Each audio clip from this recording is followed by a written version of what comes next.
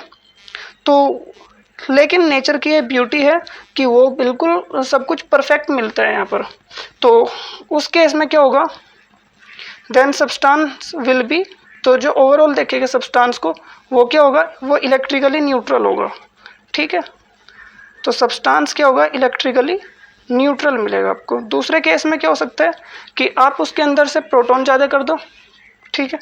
अगर उसके अंदर नंबर ऑफ प्रोटॉन ज़्यादा हो जाते हैं, हालांकि हम प्रोटॉन को एक बॉडी से दूसरी बॉडी में ट्रांसफर नहीं कर सकते, हम केवल और केवल इलेक्ट्रॉन को ट्रांसफर कर सकते हैं due to the structure of atom, ठीक है। लेकिन अगर नंबर ऑफ प्रोटॉन ज़्यादा हो जाएगी और नंबर ऑफ इलेक्ट्रॉन कम रह जाएगी, तो उस केस में क्या होगा, ओवरऑल पॉजिटिव चार्ज होगा सब्सटेंस के ऊपर। क्या चार्ज होगा, पॉजिटिव चार्ज होगा। और अगर नंबर ऑफ इलेक्ट्रॉन ज़्यादा हुए, अगर नंबर ऑफ इलेक्ट्रॉन ज़्यादा होते हैं नंबर ऑफ प्रोटॉन से, तो वो क्या होगा, अगर उसमें इलेक्ट्रॉन ज़्यादा है तो जाहिर सी बात है इलेक्ट्रॉन पर नेगेटिव चार्ज होगा, तो ओवरऑल सब्सटेंस के ऊपर नेगेटिव चार्ज होगा। अब देखो जो आपका एटम होता है वो कुछ ऐसा दिखता है, उसके स्ट्रक्चर ऐसा होता है कि एक न्यूक्लियस होता है एटम में और उसके चारों तरफ इलेक्ट्रॉन रिवॉल्व करते रहते हैं। तो जो न्यूक्लियस होता है पॉजिटिवली चार्ज होता है, इसमें प्रोटॉन और न्यूट्रॉन होते हैं और इसलिए बहुत स्मॉल पार्ट में रहते हैं, तो हम किसी भी एक सब्सटेंस से इलेक्ट्रॉन को ट्रांसफ़र नहीं करा सकते। बट जो इलेक्ट्रॉन है वो क्या होती है, फ्री स्पेस में घूमते रहते हैं, तुम एक्स्ट्रा इलेक्ट्रॉन इसके अंदर ला भी सकते हैं, इसमें से इलेक्ट्रॉन निकाल भी सकते हैं, ठीक है। So we can only transfer, हम केवल क्या कर सकते हैं, इलेक्ट्रॉन को ट्रांसफ़र कर सकते हैं from one body to another body, ठीक है। तो एक बॉडी से दूसरी बॉडी पर हम केवल और केवल इलेक्ट्रॉन का ट्रांसफ़र कर सकते हैं, चाहे हम वो रब कर करें या फिर किसी भी मेथड से करें, ठीक है। किसी भी रिएक्शन के अंदर हम क्या होगा, इलेक्ट्रॉन का ट्रांसफ़र करेंगे और जो चार्ज किसी बॉडी के ऊपर डेवलप होता है वो भी इलेक्ट्रॉन के ट्रांसफ़र की वजह से ही होता है, ठीक है। और ये इलेक्ट्रॉन का ट्रांसफ़र एक बड़ा रोल प्ले करता है स्पेशली केमिस्ट्री के अंदर, क्योंकि जितने भी केमिकल रिएक्शन हो रही है वो इस एटम की जो आउटर मोस्ट सेल में इलेक्ट्रॉन है उन्हीं के ट्रांसफ़र, उन्हीं के जो आपस में फोर्स लगती है उन सभी की वजह से होता है। ठीक है, ये जो आउटर मोस्ट सेल में इलेक्ट्रॉन होते हैं ये आपस में शेयर करते हैं एटम्स को, आउटर मोस्ट सेल के इलेक्ट्रॉन को, इस वजह से बॉन्ड बनाते हैं। वह सब केमिस्ट्री का फंड है। तो यहाँ पर ये आपके लिए फिजिक्स एक बेसिक साइंस है बाकी सभी अदर ब्रांचेस के लिए। ठीक है, क्योंकि अगर आपको फिजिक्स नहीं आते तो आपको बाकी ब्रांचेस में भी थोड़ा सफ़र करना पड़ सकता है हायर एजुकेशन के लेवल पर। तो फिजिक्स एक बेस है बाकी सभी ब्रांचेस का जो आपको आना चाहिए, एंड फिजिक्स के लिए आपको मैथमेटिक्स आना चाहिए। ठीक है, तो ये कुछ एक सीरीज होती है इस तरीके से, बट सभी का एक बहुत बड़ा फ्रंटियर ऑफ नॉलेज होता है, इसलिए हम इसको क्लासीफाई करके रखते हैं अलग अलग सब्जेक्ट्स में। ठीक है, अब हम नेक्स्ट बात करेंगे कुछ प्रॉपर्टीज़ की चार्ज की। हमने चार्ज को डिफाइन कर लिया, हमने चार्ज के बारे में एनफ बातें जान ली जितनी हमें जाननी चाहिए थी। एट द 12th लेवल थोड़ी बहुत बातें आपको ऑलरेडी पता होगी, क्योंकि हर बार क्या होता है कि जब हम कोई भी कोर्स डिजाइन करते हैं, कोई भी क्लासेज का कोर्स आपको दिया जाता है तो थोड़ा सा पिछला पढ़ना होता है, थोड़ा सा अगला पढ़ना होता है आगे का। अब हम आगे का जब पढ़ना स्टार्ट करेंगे तो आप साथ के साथ रिवाइज करते रहना, क्योंकि फिर हर चीज़ आपके लिए नई होती जाएगी, न्यू होती जाएगी। यहाँ तक आपको थोड़ी बहुत चीज़ें लगभग सारी चीज़ें अब तक आपने पढ़ी होगी। सो अब हम बात करते हैं प्रॉपर्टीज ऑफ चार्ज की।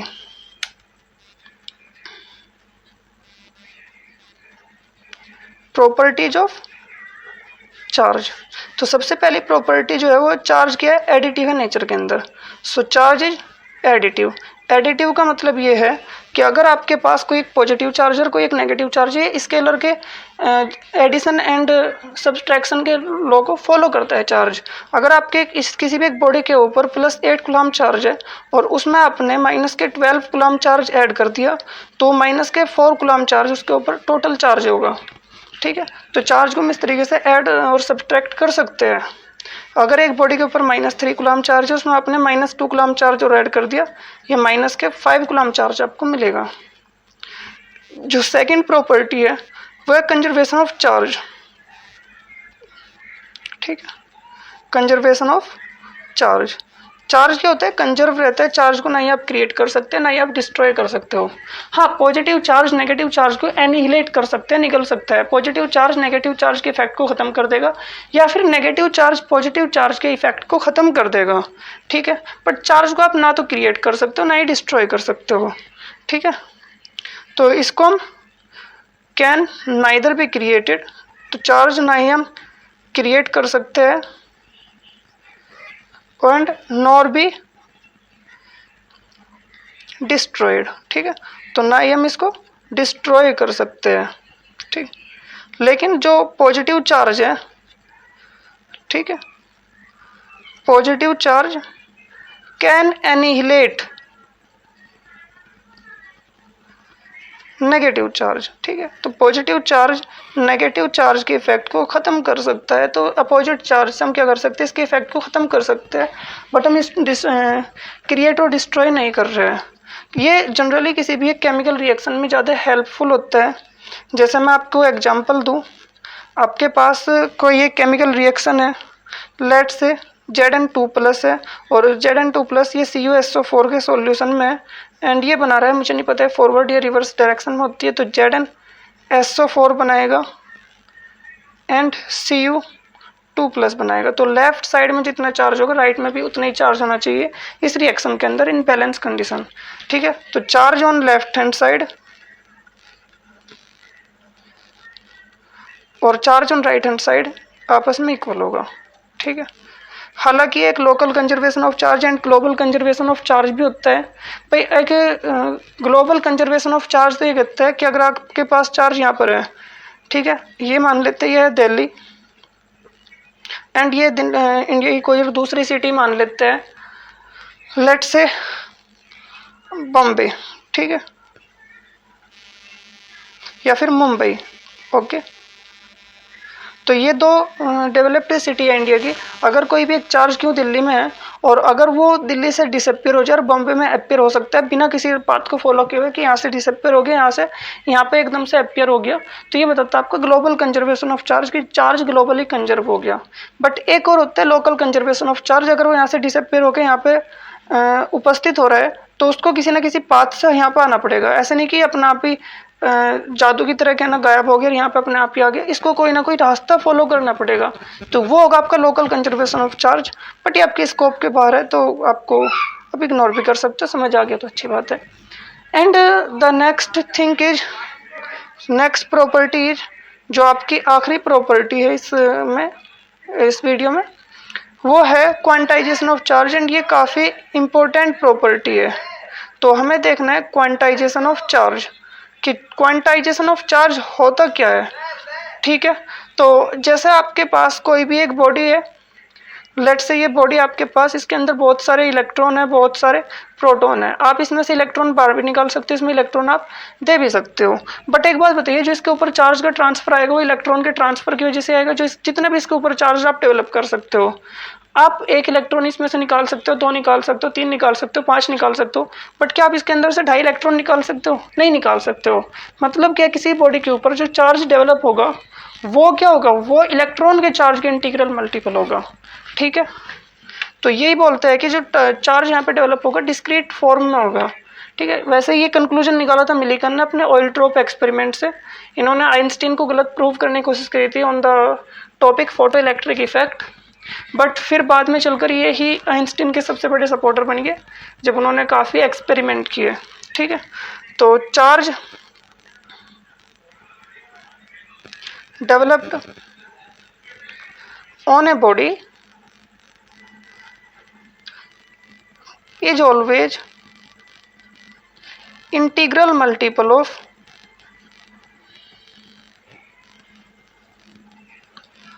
Charge of electron. तो इलेक्ट्रॉन के चार्ज का इंटीग्रल मल्टीपल होगा। अगर मैं इस इक्वेशन की फॉर्म में लिखूँ तो इसे मैं कुछ ऐसे लिखूंगा, जहाँ पर क्यों क्या है, चार्ज ऑन बॉडी, यार इसको हम क्या करेंगे, इलेक्ट्रॉन के चार्ज का इंटीग्रल मल्टीपल के इक्वल लिख सकते हैं हमेशा। ठीक है, तो यहाँ पर E क्या होगा, 1.6 इंटू 10⁻⁻⁻19 कूलम, वही जो चार्ज ऑफ इलेक्ट्रॉन है, और n होगा एक इंटीजर, और इंटीजर क्या होते हैं जैसे -3, -2, -1, 0, 1 और लेट्स ऑन। तो इस तरह के जो नंबर्स होते हैं इंटीजर होते हैं। ठीक है, और इसको हम नंबर ऑफ इलेक्ट्रॉन्स भी मान सकते हैं बहुत बार। ठीक है, क्योंकि कितने इलेक्ट्रॉन का ट्रांसफ़र हुआ है इससे हमें पता चल जाता है। और ये क्वांटाइजेशन को हम इग्नोर करते हैं डेली लाइफ के अंदर। अब क्यों करते हैं इसको हम समझेंगे एक एग्जांपल से। लेट्स से आपको एक एग्जांपल दे रहा हूँ, find the number of electrons, find the number of electrons in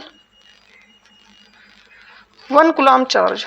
ठीक है, तो 1 कूलम चार्ज के अंदर हम नंबर ऑफ इलेक्ट्रॉन्स को हमें फाइंड करना है। तो आपके पास क्यों तो हो गया 1 कूलम, आपको n चाहिए और E आपको पता ही है, तो Q equals to n e आप इसमें अप्लाई करिए, तो n इक्वल्स टू आएगा Q अपॉन E, मतलब 1 coulomb upon 1.6 into 10⁻⁻⁻19 coulomb. Coulomb से कूलम कैंसिल हो गया, और जब आप इसे कैलकुलेट करोगे मिलेगा आपको, ये आपने क्लास 10th में भी क्या होगा, 6.25 इंटू 10⁻18 इतने इलेक्ट्रॉन्स मिलेंगे। एन की कोई यूनिट नहीं होगी। ठीक है, ये नंबर ऑफ इलेक्ट्रॉन्स है। इसका मतलब ये पता है, आप फील करना चाहो अगर ये नंबर कितना बड़ा है तो 625 का आगे आपको 16 जीरो लगानी पड़ेगी। ये इतना बड़ा नंबर है, और एक छोटे से चार्ज 1 कूलम चार्ज के अंदर जब इतने सारे इलेक्ट्रॉन है तो इसमें 1-2 इलेक्ट्रॉन, आधे इलेक्ट्रॉन का चार्ज नेग्लिजिबल हो सकता है। ठीक है, तो बहुत सारे इलेक्ट्रॉन होने की वजह से हम क्वांटाइजेशन ऑफ चार्ज को इग्नोर करते हैं। ठीक है, so we ignore quantization of charge। ठीक है, due too much number of electrons. ठीक है, लेकिन अगर नंबर ऑफ इलेक्ट्रॉन्स क्या बहुत कम है तब आपको क्वांटाइजेशन ऑफ चार्ज को ध्यान में रखना पड़ेगा। ठीक है, जैसे मैं आपको एग्जांपल लूँ, which of the charge can be possible, which of following charge is possible. ठीक है, तो कौन सा चार्ज नेचर में पॉसिबल हो सकता है, पहला है आपका 3.2 इंटू 10⁻⁻⁻ के 19 कूलम। बी होगा आपका 1.5 कूलम। सी होगा आपका 2.1 इंटू 10⁻⁻ के 19 कूलम। ठीक है। एंड डी होगा, मल्टीपल आंसर हो सकते हैं, 3.0 इंटू 10⁻⁻ के 19 कूलम। तो आप इसमें देखोगे नंबर ऑफ इलेक्ट्रॉन कितने हैं। तो जो पहला केस है इसमें सिर्फ 2 इलेक्ट्रॉन है, हाँ ये पॉसिबल है। दूसरा केस इसमें बहुत सारे इलेक्ट्रॉन मिले, क्योंकि एक कूलम में जब इतने सारे इलेक्ट्रॉन है तो 1.5 कूलम में ज़्यादा मिलेंगे, तो ये भी क्या पॉसिबल है। बट अगर आप ये देखोगे ये कि इसके में नंबर ऑफ इलेक्ट्रॉन क्योंकि 10⁻⁻ के 19 ऑर्डर का है, और जब 10⁻⁻ के 19 ऑर्डर का मतलब आप समझते हो कि ये क्या 1.9, तो क्या अगर ये 1.9 होता क्या ये होता 1 इलेक्ट्रॉन, बट ये 1.6 होता तो 1 इलेक्ट्रॉन होता, बट ये 1.6 का डबल भी नहीं है और 1.6 भी नहीं है, ये 1.6 और 1.6 के डबल के बीच में आता है। तो ये इसके में नंबर ऑफ इलेक्ट्रॉन फ्रैक्शन मिलेंगे, तो ये क्या होगा, ये नॉट पॉसिबल, ये पॉसिबल नहीं है नेचर के अंदर, ये एग्जिस्ट ही नहीं करेगा। और ये भी पॉसिबल नहीं है क्योंकि यहाँ पे नंबर ऑफ इलेक्ट्रॉन क्या मिल रहे हैं, वो इंटीजर नहीं मिल रहे हैं। ठीक है। और ये कम भी है, अगर बहुत ज़्यादा हुए फिर तुम क्या करेंगे, इग्नोर कर देंगे। ठीक है। और चलते चलते एक क्विज है, एक क्वेश्चन है आपके लिए, find the number of electrons,